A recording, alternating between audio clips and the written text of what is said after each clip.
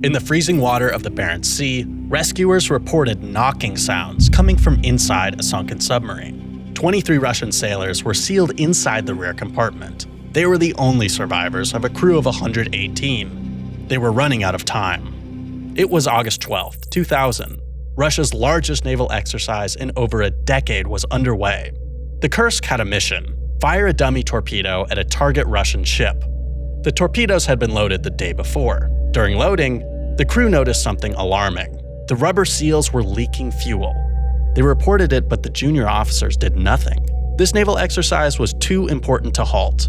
The next morning, the Kursk crew prepared for their scheduled torpedo launch. They loaded the leaking torpedo into the tube and fired.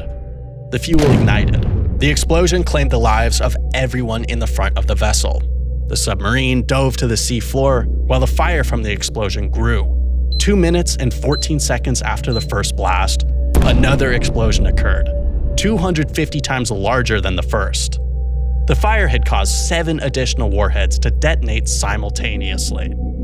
This second explosion was so powerful that it registered as a 4.2 on the Richter scale and was detected as far away as Alaska. Only 23 men in the back of the submarine survived. They sealed themselves in the 9th compartment and waited. Since the submarine sank in shallow water and was relatively close to shore, they likely expected a swift rescue. The cramped compartment still had light. Captain Lieutenant Dmitry Kolesnikov was the highest-ranking surviving officer. He took charge. With little to do but wait, he began writing letters. In his first note, he wrote, "23 people are here. We feel bad, weakened by carbon dioxide. Pressure is increasing in the compartment." As time passed, oxygen decreased and their lights went out. He wrote another note, with far poorer handwriting. "It seems like there are no chances, 10 to 20%. Let's hope that at least someone will read this." He then listed the names of all surviving crew members. To make matters worse, the Kursk failed to make contact after their scheduled torpedo exercise, but no alarm was raised. Missed communications due to technical failures were not unusual.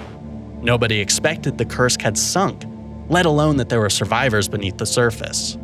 After an estimated 6 hours, the survivors felt the freezing seawater rise to waist level in the compartment.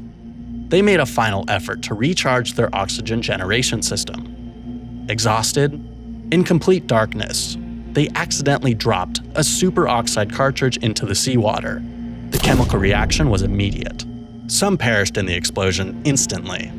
The rest plunged underwater to escape the flames. The fire consumed the remaining oxygen in the compartment.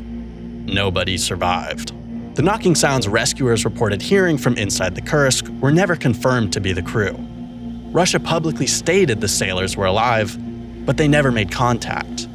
9 days after the sinking, divers opened the hatch and found the 9th compartment flooded.